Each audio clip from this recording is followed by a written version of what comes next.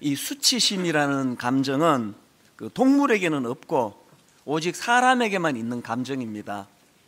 사람이 두들겨 맞아서 아픈 것보다 이 수치감을 느낄 때의 고통이 훨씬 큽니다. 지금 모 항공사의 그 땅콩 회항 사건으로 피난의 여론이 들끓고 있는데, 이제 땅콩을 접시에 담지 않고 봉지째에 줬다는 이유로 비행기를 돌려서 사무장을 내리게 했다, 뭐 이런 줄거리의 이야기 아닙니까? 그런데 그 과정에서 들어보니까 사무장하고 여성문을 무릎을 꿇게 하고 매뉴얼북 모서리로 손등을 수차례 찍고 이런 그 수모를 겪었다는 거예요. 그 제가 그 기사를 보면서 야, 이게 당하는 입장에서 얼마나 그 수치스러웠을까 그런 생각을 했는데, 당사자가 인터뷰에서 이런 말을 하더라고요. 그 모욕감과 인간적인 치욕은 겪어보지 않은 분은 모를 것입니다. 그 책으로 손등을 때려서 아파서 마음이 힘든 게 아니고요, 그 수치심을 느낀 거예요. 이게 얼마나 그 마음을 그 낙심하고 절망하게 만드는가를 우리 뭐 경험하지 않았지만, 겪어보지 않았지만 다 짐작할 수 있는 거 아닙니까? 그러고 보면은 이 성경에 좀 이런 그 수치심을 느끼게 하는, 수치를 당하는 그런 내용이 몇 군데 나오는데요, 그 중에 하나가 요나서 1장 6절입니다. 선장이 그에게 가서 이르되 자는 자여 어찌함이냐, 일어나서 내 하나님께 구하라. 혹시 하나님이 우리를 생각하사 망하지 아니하게 하시리라 하니라. 이게 어떤 상황인가 하면은 요나 선지자가 하나님 말씀에 불순종해가지고 엉뚱한 길로 갑니다. 그러다가 풍랑을 만나서 죽을 고생을 하는데요, 그 과정에서 그 하나님 믿지 않는 이방 선장에게 지금 꾸지람을 듣고 있는 상황이에요. 만약에 제가 어떤 예수 믿지 않는 어떤 사람한테 이런 조롱을 당한다고 생각해 보세요. 예수 좀 똑바로 믿어라, 그 목회질 좀 제대로 해라. 아마 예수 안 믿는 사람이 저에게 그것도 막 공개적으로 여러 사람이 있는 데서 그런 면박을 주면은요, 아마 그 수치심 때문에 막 죽고 싶을 것 같아요. 요나가 지금 그런 상황입니다. 그런가 하면은 마태복음 26장에 나오는 베드로도 마찬가지 아닙니까? 75절. 이에 베드로가 예수의 말씀에 닭 울기 전에 내가 3번 나를 부인하리라 하심이 생각나서 밖에 나가서 심히 통곡하니라. 이 상황 다 아시죠? 예수님이 십자가 지시는 그 급박한 상황에 주님을 모른다고 3번이나 부인했던 베드로가 지금 절망해서 통곡하고 있습니다. 왜 통곡하고 있을까요? 뭐 여러 복합적인 감정이 뒤엉켜 있겠지만 그 중에 하나, 이 무너진 자존심, 이게 그 통곡의 원인 아니었을까요? 베드로 입장에서 얼마나 그 수치스러웠겠습니까? 사실 저는 이 두 장면을 떠올리면 마음이 아픕니다. 왜냐하니까 바로 오늘 우리 시대의 교회와 또 저 같은 목회자들의 모습을 보는 것 같아서 마음이 아픈 거예요. 오늘 이 시대 목회자로 살아가는 것 자체가 그 풍랑 만난 배 위에서 하나님 믿지 않는 선장에게 꾸지람 듣는 요나와 같은 그 상황 아닙니까? 그래서 뭐 목회가 막 바쁘고 힘들어서 힘든 게 아니고요, 이 시대의 목회자로 살아가는 것 자체가 고뇌고 고통이에요.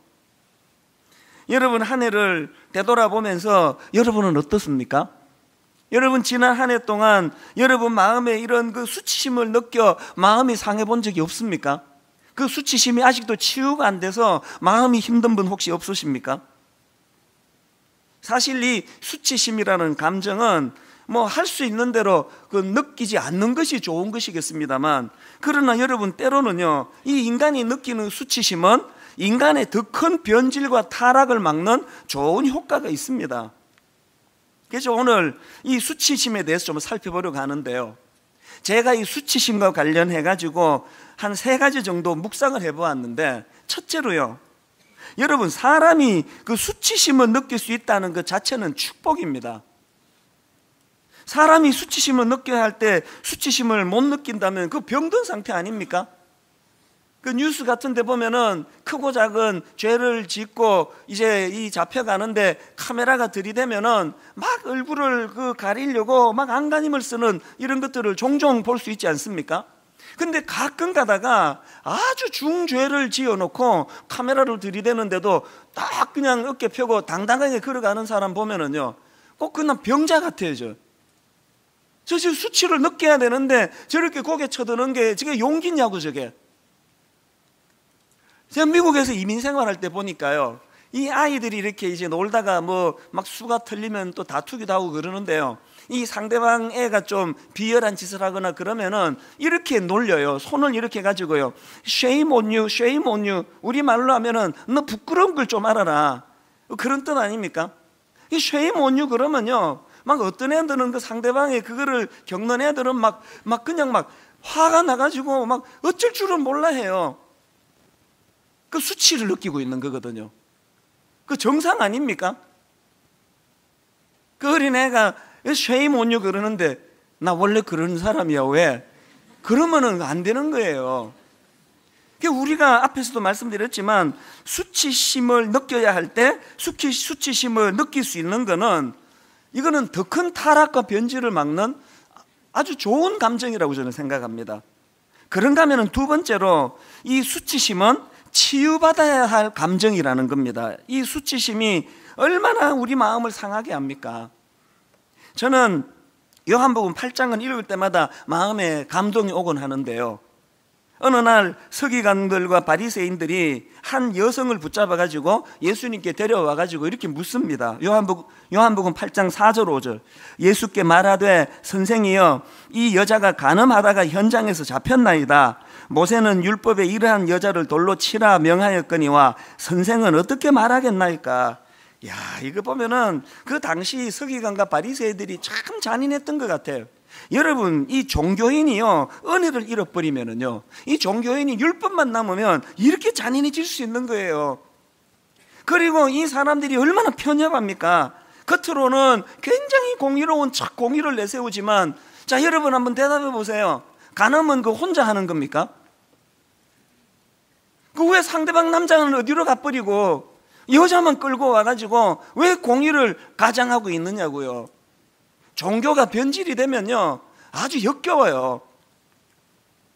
그 한 여자가 겪어야 되는 그 수치심, 수많은 사람 앞에 그야말로 그 벌겨벗겨진 그 수치심 한번 상상을 해보세요. 아, 근데 우리 예수님이 얼마나 멋지십니까? 막 소리 크게도 안 내세요. 그래서 예수님을 궁지에 몰고 가려고 하는 그 비열한 종교인들에게 예수님이 딱 한마디로 그냥 제압을 하잖아요. 너희 중에 죄 없는 자가 돌로 쳐라. 야, 저는 이런 예수님이 너무 멋있습니다.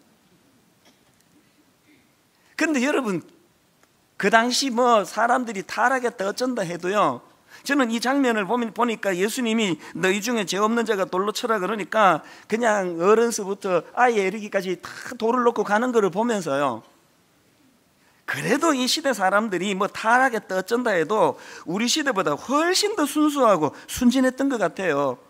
제가 만약에 비슷한 상황에서 서현 영합해가지고 예수님 흉내 낸다고 너희 중에 죄 없는 자가 돌로 쳐라 그러다가 아마 저부터 돌에 맞아 죽을 거예요. 어쨌든 예수님이 그렇게 멋진 말로 군중들을 다 제압을 하지 않습니까? 그 정리가 참 잘 됐습니다. 근데 여러분, 이 사건은요, 이렇게 끝나질 않습니다. 그 다음 요한복음 8장 10절 11절을 보십시오. 예수께서 일어나사 여자 외에 아무것도 없는 것을 보시고 이르시되 여자여, 너를 고발하던 그들이 어디 있느냐? 너를 정죄한 자가 없느냐? 대답하되 주여 없나이다. 그 다음 보세요. 예수께서 이르시되 나도 너를 정죄하지 아니하노니. 전 이 말씀이 너무 그렇게 감동이 돼요. 인간은요, 그 죽을 뻔했다가 살아나면은 그게 끝인 줄 알아요. 그러나 예수님의 시각은 그런 위기를 모면하는 것이 끝이 아니고 그 과정에서 그 여인이 받아야 됐던 그 수치심, 마음의 상처, 이거를 치유하는 데까지가 예수님 몫이라는 생각을 갖고 계시는 거예요. 제가 이 말씀을 묵상하다가 이렇게 울컥하는 마음이 들었습니다.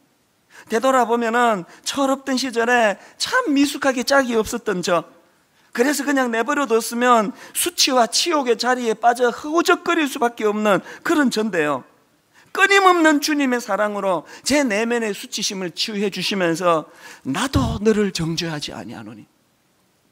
분당 우리 교회 담임 목사로 살아가는 것이 누가 저를 괴롭혀서 힘든 게 아니에요. 사단이 끊임없이 저를 참소해요. 이 교회가 어떤 교회인데, 이 성도들이 어떤 성도인데 니까짓게 담임 목사할 자격이 있냐고. 얼마나 저를 참소하는지 몰라요. 여러분, 제가 마귀가 참소할 때 나는 이 시대 한경직 목사님 이후로 지금까지 이렇게 깨끗하고 이렇게 순결한 목사는 없을 거라고, 네가 나를 참소하지 못한다고, 그래서 제가 이 자리에 서는 거 아닙니다. 마귀가 참소할 때 부끄러운 자리에, 수치의 자리에 빠질 수밖에 없는 게 저예요. 그런데 어떻게 당당하게 이 자리에 설 수 있는지 아십니까? 오늘도 제가 수치의 자리에 머물 때마다 주님께서는 나도 너를 정죄하지 아니하노니, 제 마음에 늘 울림이 되는 이 로마서 8장 1절 2절 말씀이요, 그런즉 이제 그리스도 예수 안에 있는 자에게는 결코 정죄함이 없나니 이는 생명의 성령의 법이 죄와 사망의 법에서 너를 해방하였습니다. 마귀 앞에 제가 책 잡힐 짓을 안 했기 때문에 의인이 아니에요. 저는 부끄러움이 많은 목사예요. 그럼에도 불구하고 나도 너를 정죄하지 아니하니. 오늘 예배 드리시는 모든 성도님들, 오늘 이 무서운 정죄의 시대에 주님으로부터 이 은혜의 사죄의 은총을 날마다 경험하는 여러분 되시기를 바랍니다. 사실 제가 간혹 이런 말씀을 드리지 않습니까? 분당 우리 교회 수많은 성도님들, 난 미워하는 사람 한 명도 없다. 분당 우리 교회 이 많은 교역자들 중에 나는 미워하는 사람이 한 명도 없다. 여러분, 이거 진실이에요. 거짓 아닙니다. 어떻게 가능할까요? 아무리 저를 괴롭히는 어떤 성도가 있다 할지라도요, 제 마음에 늘 주님이 주신 이 사죄의 은총, 나도 너를 정죄하지 아니하노니, 이 큰 은혜를 받으니까 그까짓 내가 용서를 못하겠냐고. 그까짓. 연말을 맞이해서 저는 분당 우리 교회 모든 성도님들에게 오늘 이 두 가지 은혜가 일어나기 원하는데, 먼저 여러분 자신이 주님의 십자가로 치유함을 받는 은혜가 있기를 바랍니다. 주님의 이 음성이 들려지기 바랍니다. 나도 너를 정죄하지 아니하리니. 그런가 하면은 거기서 그쳐서 안 됩니다. 이 은혜의 감격을 가지고 여러분 주님에게 받았던 그 사죄의 은총의 메시지를 누군가에게 전해주세요. 이번 한 해 여러분을 아프게 했던 어떤 한 사람, 그에게 이 메시지를 좀 들려주세요. 집사님, 저도 집사님을 정죄하지 않습니다. 무슨 교회가 이게 정죄가 이렇게 많았냐고요. 이 무슨 교회가 이렇게 정죄가 많아가지고 한 번 뭐 이렇게 잘못하면은 이 주홍 글씨를 그냥 이마에 달고 다녀야 되는, 이래가지고 살벌해서 교회 다니겠습니까? 분당 우리 교회는 용서하는데 선수들이 모인 교회가 되기를 바랍니다. 이 용서하는데 선수가 되기 위해서는 선행되는 한 가지, 주님으로부터 이 은혜를 받아야 돼요. 나도 너를 정죄하지 아니하노라. 이런 맥락에서 올 한 해 여러분 안에 있는 이 상한 마음, 수치심, 주님의 십자가 은혜로 다 치유하고 그렇게 새해를 맞이하게 되시기를 바랍니다. 그런가 하면 세 번째로 또 한 가지 수치심과 관련해서, 여러분 이렇게 수치심 치유하는 게 중요하긴 하지만 더 중요한 게 있습니다. 그 수치심을 치유해 주신 주님 은혜 생각하며 다시는 부끄러운 자리에 머물지 않도록 몸부림쳐야 합니다. 예수님께서 간음했던 그 여자를 용서해 주시고는 그 다음에 뭐라 말씀하십니까? 11절을 다시 보십시오. 대답하되 주여 없나이다. 예수께서 이르시되 나도 너를 정죄하지 아니하노니, 그 다음 보세요. 가서 다시는 죄를 범하지 말라 하시니라. 여기까지예요. 이 두 가지 균형, 나도 너를 정죄하지 아니하노니, 그 다음 가서 다시는 죄를 범하지 말라 하시니라. 제가 이 말씀을 묵상하다가 하나님께 감사한 게 하나 있었습니다. 제 10대 때보다 20대가, 20대 때보다 30대가, 30대 때보다 40대가, 40대 때보다 지금이 죄가 죄를 덜 짓는 것 같아요. 제가 수치의 자리에 덜 거하는 것 같아요. 왜 이럴까 생각을 해보니까 이 끊임없는 하나님의 사죄의 은총을 받고 사는 이것이 능력이 되는 것 같아요. 저는 제 60대가 지금의 이 50대보다 더 순결한 하나님의 신부 같은 종이 되기를 원합니다. 이처럼 우리 하나님은 우리 내면의 수치심을 제거해 주시기를 원하는데요, 오늘 읽은 본문 요수와 5장에서도 이 하나님의 마음을 느낄 수가 있습니다. 자, 오늘 이 본문 여호수아 5장의 배경이 이렇습니다. 지금 이스라엘 백성들이 광야에서 40년을 배회하고 이제 요단강을 건너서 목적지 가나안에 도착을 합니다. 얼마나 흥분이 되겠습니까? 그리고 이제 곧 가나안 전쟁을 지금 치루어야 되는 중요한 상황이에요. 전쟁을 앞두고 있는데 하나님께서 말도 안 되는 이상한 요구를 하시는 거예요. 여호수아에게 네 백성들에게 할례를 행하라는 할례. 여러분 한번 생각을 해보세요. 이제 곧 전쟁을 치러야 되는데 장정들이 할례 받고 요즘으로 치면 그 수술하고 그렇게 다 누워 있으면은 적들이 기습 공격이라도 하게 되면은 이거 완전히 전멸하는 거 아닙니까? 말도 안 되는 요구를 하나님이 하시는데요, 놀랍게도 여호수아와 백성들이 이 이상한 하나님 명령에 과감하게 순종을 합니다. 근데 중요한 게 뭐냐면은 여호수아와 이스라엘 백성들이 하나님 말씀에 순종하고 나니까 하나님이 왜 그런 명령을 내린지를 설명해 주신다는 거예요. 여기서 중요한 진리 하나를 발견하는데요, 우리는요 납득이 되면 순종을 해요. 하나님 왜 이걸 명하는지 설명해서 내가 머리가 끄덕거려지면 순종을 하는데 하나님의 법칙은 반대예요. 순종하면 설명하겠다는 거예요. 그걸 담고 있는 게 오늘 본문 8절 9절입니다. 자, 8절을 보세요. 또 그 모든 백성에게 할례 행하기를 마침에 백성이 진중 각 처소에 머물며 낫기를 기다릴 때에 이렇게 순종했더니 9절에서 설명해 주십니다. 여호와께서 여호수아에게 이르시되 내가 오늘 애굽의 수치를 너희에게서 떠나가게 하였다 하셨으므로 그곳 이름을 오늘까지 길갈이라 하느니라. 왜 할례를 행하게 하셨다고요? 애굽의 수치를 제하기 위해서라는 거예요. 애굽의 수치가 뭐예요? 하나님의 택한 백성 선민이라고 하는 그들이 세상에 400년간 치욕의 노예 생활한 거, 이게 애굽의 수치라는 거예요. 하나님이 보시는 관점으로는 지금 이스라엘 백성들이 몸은 가나안에 도달해 있지만 그들의 마음은 그 치욕의 애굽에서의 상처가 치유가 안 돼 있다는 거예요. 인간은 외적으로 보이는 그것만 이루면 행복한 것 같은데 하나님의 관점은 틀려요. 네가 가나안에 도달하는 꿈을 이루는 이게 중요한 게 아니고 네 내면의 애굽의 치욕을 치유받아야 된다. 애굽의 수치가 치유받아야 된다. 그 일을 위해서 거룩한 하나님 백성의 표식인 할례가 필요하다는 거예요. 저는 오늘 이 본문 말씀을 하나님의 우선순위라는 관점으로 제가 살펴보니까요, 참 많은 메시지를 제가 얻게 되는 거예요. 우리의 인간의 우선순위는 눈에 보이는 거예요. 가시적인 거, 큰 집, 비싼 차, 전쟁의 승리. 우리의 우선순위는 전쟁을 위해서 어떻게 하면 잘 준비하느냐 여기에 있는데 하나님의 우선순위는 우리 내면 세계의 치유예요. 내 내면 세계가 치유되지 않고는 행복이라는 게 없다는 거예요. 이런 차원에서 저는 오늘 우리가 다시는 이 부끄러운 수치의 자리에 머물지 않기 위해서 하나님께서 원하시는 3가지 우선순위에 대해서 말씀을 드리려고 합니다. 여러분, 우리가 세워야 할 우선순위 중 첫 번째가 뭐냐? 거룩이라는 거예요. 거룩.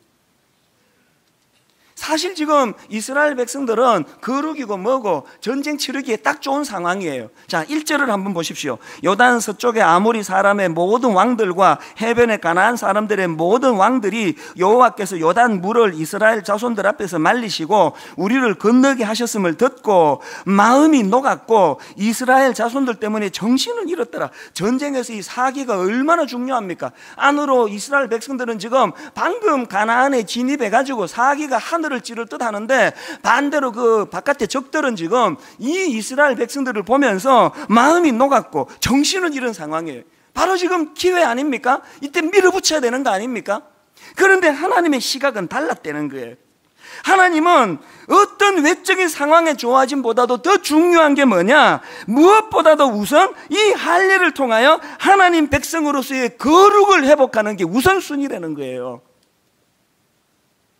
저는 이 하나님의 진단은 오늘날에도 유효하다고 생각합니다. 그리스도인의 구멍난 거룩, 이런 제목의 책을 최근에 제가 읽었는데요, 그 책에 보니까 이 성경의 거룩한이라는 단어, 이제 이 저자가 미국 사람이니까 영어로 holy라는 이 단어가 600번 이상 나온다는 거예요. 더군다나 게다가 거룩함, 거룩하게 하다, 성화 이런 식의 파생 단어까지 합하면은 이 거룩이라는 단어가 700번 이상 언급이 된대요. 레위기 20장 26절에서도 너희는 나에게 거룩할지어다. 이는 나 여호와가 거룩하고 내가 또 너희를 나의 소유로 삼으려고 너희를 만민 중에 구별하였습니다. 이 하나님의 우선순위가 있으니까 여호수아 3장 5절입니다. 여호수아가 또 백성에게 이르되 너희는 자신을 성결하게 하라. 여호와께서 내일 너희 가운데에 기이한 일을 행하시리라. 여러분 꼭 기억하십시오. 기이한 일은 우리가 하는 게 아니고 하나님이 하시는 거예요. 자꾸 우리가 기이한 일 하겠다고 설치고 다녀가지고 거룩을 잃어버려서 한국교회가 이렇게 된 거 아닙니까? 거룩은 하나님이 우리에게 명하시는 가장 우선순위예요. 우리가 기이한 일 하겠다고 그렇게 설치고 다니다가 이 부끄러운 자리에 빠졌음을 잊어서는 안 된다는 거예요. 그래서 저는 이제 여러분 새해에 우리 모두가 외쳐야 될 구호 몇 가지를 오늘 말씀을 드리려고 하는데요. 제일 먼저 기억해야 될 것, 자 여러분 한번 보시기 바랍니다. 인생의 목표는 성공이 아니라 성숙이다. 마음에 새기는 차원에서 한마디 한마디 저를 따라 한번 선포해 보시기 바랍니다. 인생의 목표는 성숙이 아니라, 다시 하겠습니다. 제 안에 이게 뭐가 이게 안 좋은 게 있나 봅니다. 다시 하겠습니다. 인생의 목표는 성공이 아니라 성숙이다. 인생의 목표는 성공이 아니라 성숙이다. 이 사실을 잊으시면 안 됩니다. 여러분, 목회의 목표는 성공이 아니라 성숙입니다. 가정을 주신 이유, 성공이 아니라 성숙입니다. 오늘 사업의 목표는 성공이 아니라 성숙입니다. 그래서 종교개혁가 마틴 루터는 이런 말을 했습니다. 행복해지려 하지 말고, 행복해지려고 노력하지 말고 거룩해지려고 노력하라. 제가 이 중요한 걸 이렇게 아껴서 한 주에 하나씩만 내는데요, 오늘은 마지막 줄에서 그냥 다 쏟으려고 그래요. 자, 이것도 한번 따라 선포해 보십시오. 행복해지려고 노력하지 말고 거룩해지려고 노력하라. 해보셔서 알지만요, 행복을 쫓아다니면요 제일 먼저 도망가는 게 행복이에요. 행복을 추구해서 절대로 행복을 누릴 수 없습니다. 행복을 추구하려고 하지 말고 거룩해지려고 노력해라. 하나님의 거룩이 내 안에 자리 잡을 때 하나님 주시는 기쁨, 하나님 주시는 샬롬, 하나님 주시는 행복이 회복될 줄 믿습니다. 그런가 하면 두 번째로 우리가 회복해야 될 우선순위가 뭐냐? 절대 순종이라는 우선순위입니다. 여러분 본문 상황을 한번 상기해 보시기 바랍니다. 전쟁을 앞둔 그 상황에서 장정들에게 이 할례를 베푼다는 것은 이건 전쟁을 하지 말라는 소리예요. 그런데 놀랍게도 이스라엘 백성들이 순종합니다. 그냥 순종이 아니고 이건 절대 순종이에요. 제가 방금 절대 순종이라는 표현을 쓰니까 딱 떠오르는 여인이 한 명 있는데요, 마리아예요. 마리아. 이 절대 순종의 대명사. 세상의 처녀에게 네 몸을 통해서 아기 예수를 이 땅에 보내는 방식을 내가 지금 구상하고 있는데 너 어떻게 생각하니? 애 한 5, 6 낳은 권사님에게 이런 제안하면 이거 대박인데요, 결혼 안 한 처녀에게 이게 그 당시로 처녀가 임신을 한다는 건 이거 사형이에요, 사형. 그런데 마리아가 이 말도 안 되는 하나님의 제안에 대하여 어떻게 반응합니까? 누가복음 1장 38절. 마리아가 이르되 주의 여종이오니 말씀대로 내게 이루어지이다. 여기에요, 내게 말씀대로 내게 이루어진 앞에 있는 주의 여종이오니, 제가 발견한 게 뭔지 아십니까? 절대 순종은 절대 신뢰에서만 가능한 것이다. 주의 여종이오니, 내가 믿는 내 하나님은, 내 주인 되시는 그분은 나 망하는 길로 인도하실 분 아니다. 하나님에 대한 절대 신뢰가 절대 순종을 가져온 줄 믿으시기를 바랍니다. 우리 왜 이렇게 영적으로 가난하게 사느냐고요? 다 거절하셨잖아요, 여러분들이. 우리 하나님은 인격적으로 우리를 대하시기 때문에요. 그날 마리아가 no, 못합니다. 나 그거 안 합니다. 그러면 강요하지 않으시는 분이에요. 여러분 왜 이렇게 영적으로 가난하냐고요? 모험하는 거 다 거절하셨잖아요. 말 안 되는 거 다 거절하셨잖아요. 머리로 납득되는 것만 순종하고 살면 대가 지불도 없는데 영적인 풍요도 없습니다. 그래서 오늘 제가 명언 하나 더 말씀드리고 싶은데요, 여러분 이런 말 들어보셨습니까? 믿음은 다르게 살 수 있는 용기이다. 이야, 이 놀라운 말 아닙니까? 이것도 한 번만 따라해 보시겠습니까? 믿음은 다르게 살 수 있는 용기이다. 믿음은 다르게 살 수 있는 용기이다. 분당 우리 교회 1만 성도 파송 운동, 이게 다르게 살 수 있는 용기 아닙니까? 지금 우리가 준비하고 있는 인큐베이터 교회, 이게 다르게 살 수 있는 용기 아닙니까? 분당 우리 교회가 추구하고 있는 이 모든 일에 제가 어떤 꿍꿍이가 있어가지고 이 뒤에 떡 다 감추어 놓고 이렇게 하고 나면은 내가 인간적으로 이걸 얻을 수 있을 것이라 계산하고 하면은 그 믿음이 아니에요. 아까 말씀드렸잖아요. 우리 교육관 위해서 헌금한 적 없습니다. 계산한 적도 없고 어떻게 될지도 몰라요. 여전히 그럼에도 불구하고 빚이 있든 없든 작은 교회 가서 헌금해라, 작은 교회에서 11조 드려라. 이제 곧 설날이 다가오는데 여전히 설날에 시골 교회 가시면 거기다가 헌금하고 와라, 거기다 11조 해라, 여기서 한 것으로 쳐드리겠다. 여전히 계속 할 거예요. 왜? 우리가 믿음이라는 것은 다르게 살 수 있는 용기이기 때문에, 우리가 이웃 교회를 향하여 이렇게 섬기면, 용기 있게 다르게 섬기면 하나님은 이 교회 망하게 내버려 두지 않는다는 믿음이 생기는 것, 이것이 이 교회에서 여러분이 배워야 될 덕목인 줄 저는 믿습니다. 계산 그만하시고요, 믿음은 다르게 살 수 있는 용기이다. 여러분 우리가 왜 이 다르게 살 수 있는 용기가 필요한지 아십니까? 이런 삶을 사는 사람에게 하나님 주시는 특권이 하나 있습니다. 자, 시편 3편 6절이에요. 천만인이 나를 에워싸 진친다 하여도 나는 두려워하지 아니하리이다. 그럼 되는 거 아닙니까? 천만인이 진치고 있는데 안 두려우면 그거 되는 거 아닙니까? 제가 강단에서 이렇게 설교하고 집에 가서 그냥 끙끙 앓고 빗빗 그러고 들어누워 있으면요, 이거는 목사가 아니에요. 어떤 상황이든 다르게 살 용기를 가지고 마리아처럼 믿음을 가지고 달려갈 때 천만인이 나를 애워서 진친다 할지라도 나는 두려워하지 아니하리이다. 이 놀라운 은혜가 여러분에게 주어지게 되기를 바랍니다.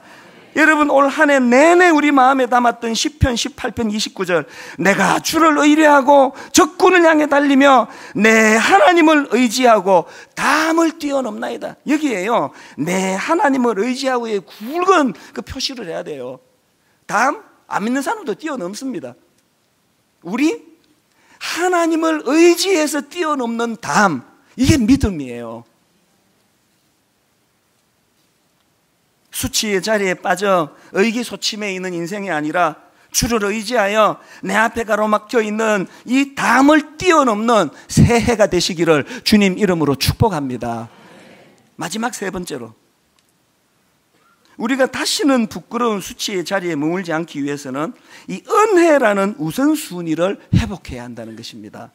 전쟁은 이스라엘 백성들이 가진 군사력으로 또 상대방에 떨어진 사기로 치르는 게 아닙니다. 은혜로 치르는 거예요.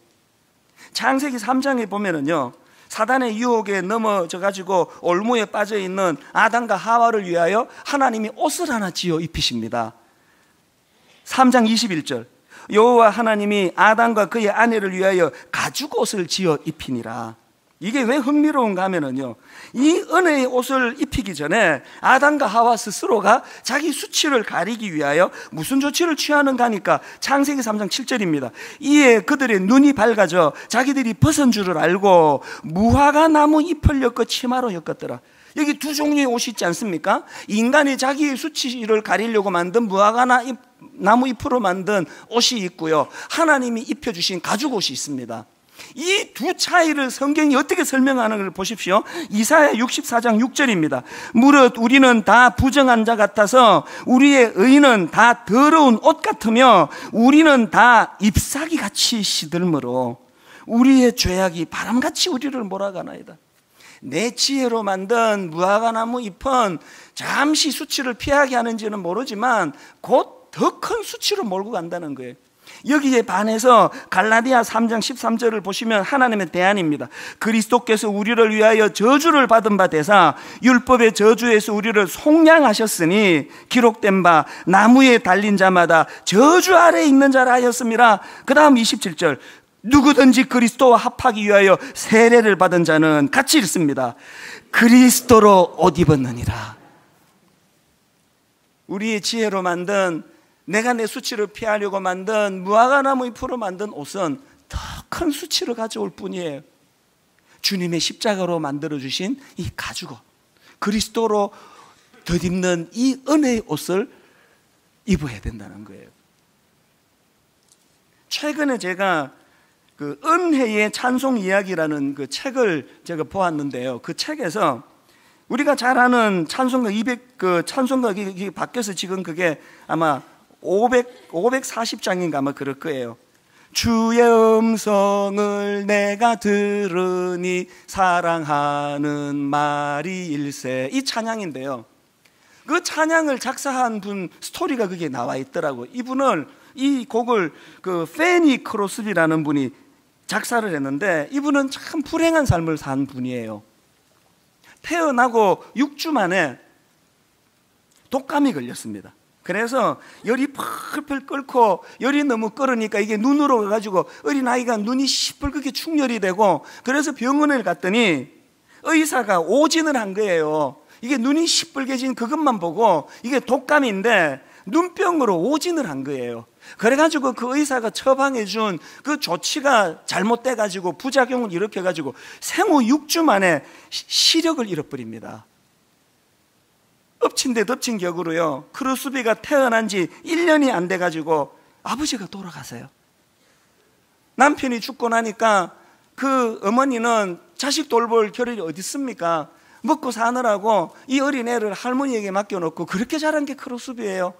그런데 그 할머니가 참 믿음의 분인가 봐요. 크루스비가 그 할머니의 신앙을 보고 믿음이 들어오는 거예요. 이 배경으로 해가지고요, 이 540장 찬송을 만든, 작사하게 된 배경을 그 책에서 설명하는데요, 크루스비가 54세가 되던 어느 날입니다. 이분이 신시내티에 있는 어느 교회에 초청을 받아 이제 갔는데요, 이 곡을 그 작곡한 분이랍니다. 윌리엄 돈이라는 사람 집에 묵게 되는데, 신실한 크리스찬끼리 밤늦게까지 하나님 받았던 은혜에 대하여 같이 대화하고 교제하면서 좋은 시간을 보내고요, 이제 잠자리에 들어가려고 크루스비가 이제 침실로 들어가기 전에 말씀을 읽었답니다. 히브리서 10장 22절, 참 마음과 온전한 믿음으로 하나님께 나아가자. 그날 밤에 이 말씀을 읽다가 크루스비 가슴이 너무 뜨거워진 거예요. 그 뜨거워진 가슴을 가지고 작사한 게 바로 이 찬송가라는 거예요.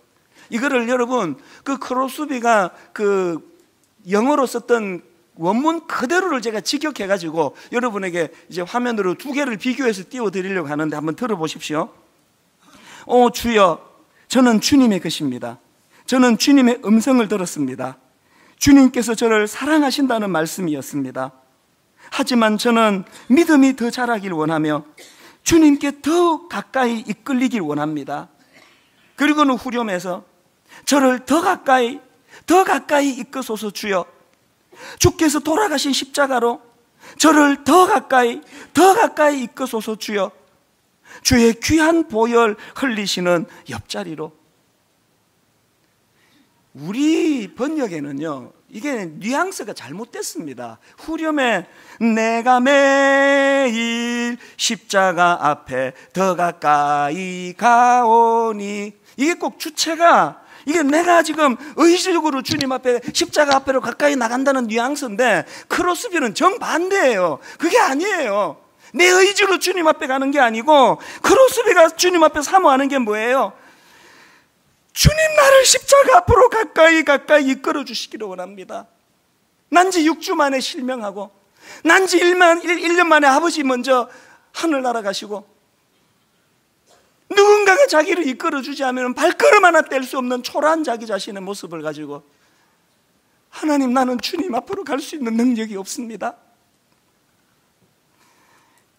내 의지로 주님 앞으로 갈 수 있는 힘을 잃어버렸으니까 들어옴이 니어라, 들어옴이 니어라.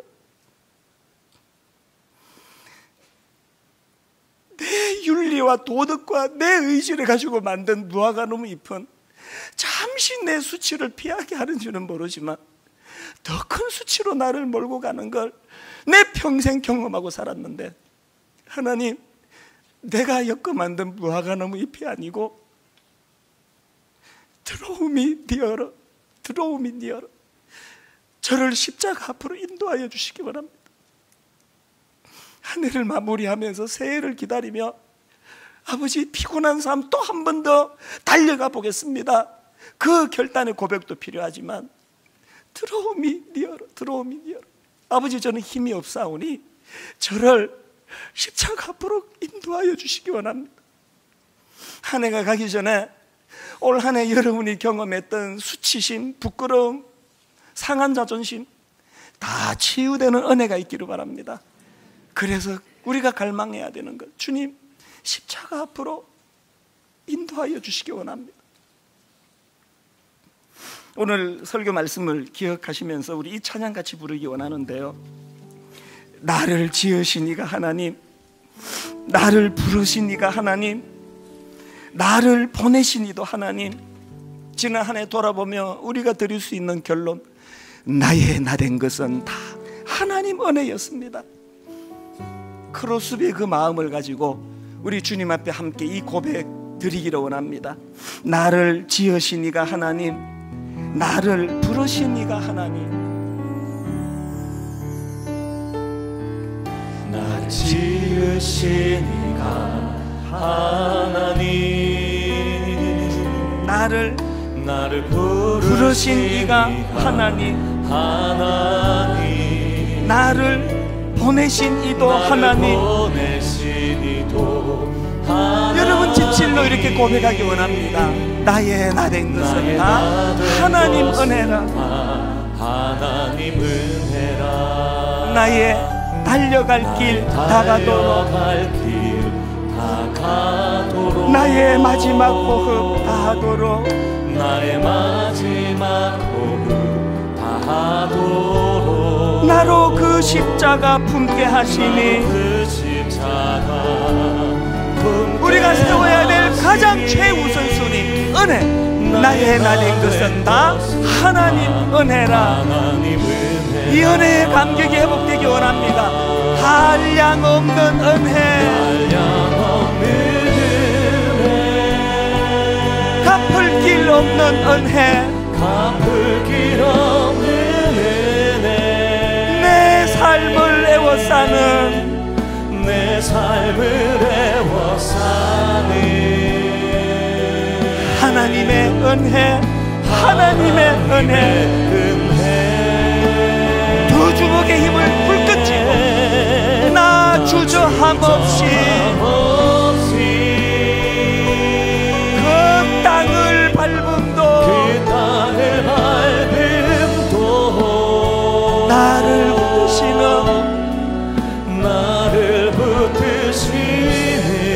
하나님의 은혜, 하나님의 은혜. 우리 다시 한번 큰 소리로 선포하며 나갑니다. 한량 없는 은혜, 한량 없는 은혜, 갚을 길 없는 은혜, 내 삶을 애워싸는 하나님의 은혜, 하나님의 은혜. 수치의 자리에서 벌떡 일어나 나 주저함 없이 그 땅을 밟음도, 나를 붙드시는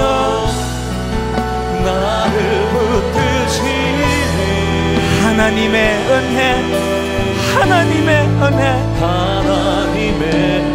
말씀 생각하시면서 우리 통성으로 같이 기도합니다. 수치의 자리에서 벗어나게 하옵소서. 살아계신 하나님 아버지, 가늠하다 잡혀온 그 여자처럼 우리는 하나님 아버지 우리의 범죄함으로 수치의 자리에 빠질 수밖에 없는 자들입니다. 마귀가 끊임없이 우리를 참소하는데 하나님 아버지, 나는 너에게 참소당하지 아니하노라. 이 말씀의 근거가 주님의 은혜에 있는 줄로 믿습니다. 하나님, 그런 즉 이제 그리스도 예수 안에 있는 자에게는 결코 정죄함이 없나니 이는 생명의 성령의 법이 죄와 사망의 법에서 너를 해방하였습니다. 주님이 은혜의 감격이 수치의 자리에서 우리를 건져주시는 줄 믿습니다. 아버지 하나님, 다가올 것을 가운데는 주님의 말씀이 나를 견인하고 그 말씀으로 우리가 거룩하여 지고 그 거룩함을 가지고 세상을 변화시켜 나가는 그런 하나님 앞에 영적으로 성숙한 사명자를 낼 수 있도록 하나님 은혜 주시기를 원합니다. 나의 다 된 것이 에베네셀의 하나님의 은혜라며 앞으로 지금 주어진 그 순간순간마다 주님의 은혜로 점철되어지고 짚어지는 은혜를 경험하게 하여 주시옵소서. 여러분, 한 해를 마무리하는 예배입니다. 지난 한 해 왜 우리가 이 부끄러운 수치의 자리에 빠졌을까? 거룩을 잃어버려서 그렇습니다. 왜 우리가 이 수치의 자리에 빠졌습니까? 순종하지 않아서 그렇습니다. 은혜를 구합니다. 하나님, 이 수치의 자리에서 벗어나 영광의 자리로 옮겨가기를 원합니다. 여러분 묵상하는 그 시간 속에 성령님께서 여러분의 십자가 앞으로 인도해 주시기 원합니다. 들어오미 주님, 나를 십자가 가까이로 인도하여 주시기 원합니다. 하나님 아버지, 지난 한 해 참 힘든 일이 많았습니다. 아팠던 순간도 많았습니다. 수치와 치욕의 자리에 빠질 때도 있었습니다. 오늘 이 예배를 통하여 다시 한번 우리를 건져 주님 십자가 가까이 인도해 주시는 하나님 은혜를 사모하오니 은혜를 허락하여 주시옵소서. 새로운 한 해 하나님 새 희망과 꿈을 가지고 은혜 가지고 달려가는 아름다운 한 해 되게 하여 주시옵소서. 예수님 이름으로 기도드립니다. 아멘. 우리 크로스비가 작사한 그 찬양이 다 자리에서 일어나셔서 찬송가 540장입니다. 주의 음성을 내가 들으니 사랑한단 말일세.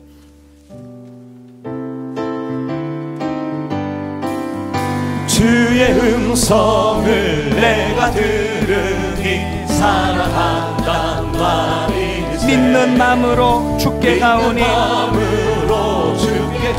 나를 영접하소서. 내가 매일 십자가 앞에 더 가까이 가오니 구세주의 흘린 봄의 피로써 나를 정케 하소서. 내가 매일 십자가 앞에 더 가까이 가오니 구세주